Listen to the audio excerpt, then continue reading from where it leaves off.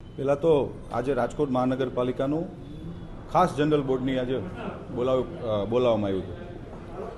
વિપક્ષના સભ્યોને 2 કે 3 ટર્મથી રાજકોટ મહાનગરપાલિકામાં વિપક્ષના કોર્પોરેટર છે અને ખુદને ખબર નથી, પણ એક્ટ મુજબ મેયરશ્રી ગમે ત્યારે જનરલ બોર્ડ બોલાવી શકે છે. જ્યારે ટર્મ પૂરી થતી હોય, આવતીકાલે ટર્મ પૂરી થાય છે અને સ્ટેન્ડિંગ કમિટીએ મંજૂર કરેલા અમુક જે કામો છે જે જનરલ બોર્ડમાં જવા લાયક હોય, કામો બોર્ડની મંજૂરીની અપેક્ષાએ બોર્ડ જે સ્ટેન્ડિંગ કમિટીએ મંજૂર કર્યા હોય એ બોર્ડની અંદર લઈ જવા પડે. આવતીકાલે 11 તારીખે રાજકોટ મહાનગરપાલિકાનો 5 વર્ષની ટર્મનો છેલ્લો દિવસ છે. જે 12 દરખાસ્તો હતી નિયમ મુજબ અમારે લેવી પડે. મહત્વની દરખાસ્તોમાં BAPS સ્વામિનારાયણ સંપ્રદાય કાલાવા રોડ પર જે મંદિર છે પ્રમુખ સ્વામી મહારાજ સાહેબનું, એને નિઃશુલ્ક દરે રેસકોર્સ ગ્રાઉન્ડ મહોત્સવ માટે આપવાની દરખાસ્ત હતી, સ્ટેન્ડિંગે મંજૂર કરી હતી, પણ આ નિયમ છે કે બોર્ડમાં લઈ જવું પડે. બીજું, સમગ્ર રાજકોટના જૈન સમાજનું નાચ જમણ માટેની પણ એક દરખાસ્ત હતી, એ પણ નિઃશુલ્ક દરે રેસકોર્સ ગ્રાઉન્ડ દેવાની દરખાસ્ત હતી. જો આ દરખાસ્ત અમે ન લઈએ તો કોર્પોરેશન એને આચારસંહિતા વખતે ગ્રાઉન્ડ નથી આપી શકતું. વિપક્ષ વિરોધ કરવો જોઈએ, પણ વિપક્ષે અભ્યાસ કરીને વિરોધ કરવો જોઈએ. નંબર 3, અમીન માર્ગના રોડ ઉપર જે કોર્પોરેશનને પ્લોટ વેચ્યો, આને દસ્તાવેજ કરવાનો છે. આના 106 કરોડમાં જે પ્લોટ વેચ્યો છે એની પણ દરખાસ્ત હતી કે જે બોર્ડે મંજૂર કરવી પડે. જ્યારે મહાનગરપાલિકા કોઈ પણ પ્રાઇવેટ ઓપ્શન જ્યારે કરતું હોય છે અને પ્રાઇવેટ બિલ્ડર પ્લોટ લે છે, ત્યારે આ BPMC એક્ટ ને GPMC એક્ટની પ્રણાલી મુજબ બોર્ડમાં મંજૂર કરવું પડતું. પણ વિપક્ષ સ્વાભાવિક છે, પણ દુઃખ એ વાતનું છે કે અભ્યાસ વગર જીકમજીક કરે છે. મારા આપને પણ વિનંતી છે મિત્રો, મીડિયાના મિત્રોને, કે આજે આ છેલ્લું બોર્ડ છે. વિપક્ષના સભ્યને ખાલી તમે પૂછો કે તમે કયા આધાર અને કયા નિયમ મુજબ તમે પ્રશ્ન પૂછો છો. ગમે એ પ્રશ્ન પૂછી નાખે અને એનો જવાબ દેવા અમે બંધાયેલા નથી, છતાં પણ આપ કહો છો એનો આપને આપું છું જવાબ. વિપક્ષનો વિરોધ અર્જન્ટ દરખાસ્ત માટે છે જે ફ્લાવર બેડની સમજાવું.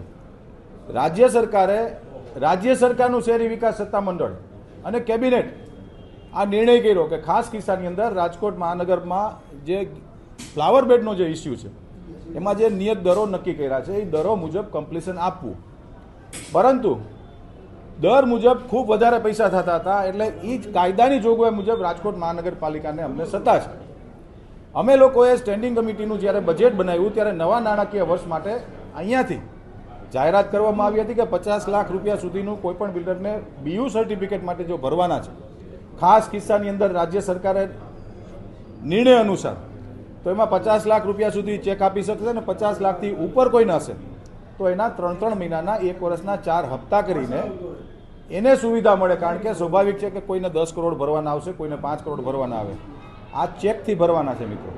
એટલે બિલ્ડરને બિચારાને મુશ્કેલી પડતી હતી. અનેક રજૂઆતો હતી, ભારતીય આખા દેશના બિલ્ડર એસોસિએશનની રજૂઆત હતી, ગુજરાત ક્રેડાઈની હતી, રાજકોટ બિલ્ડર એસોસિએશનની રજૂઆત હતી. અમને હપ્તા કરી દેવામાં આવે.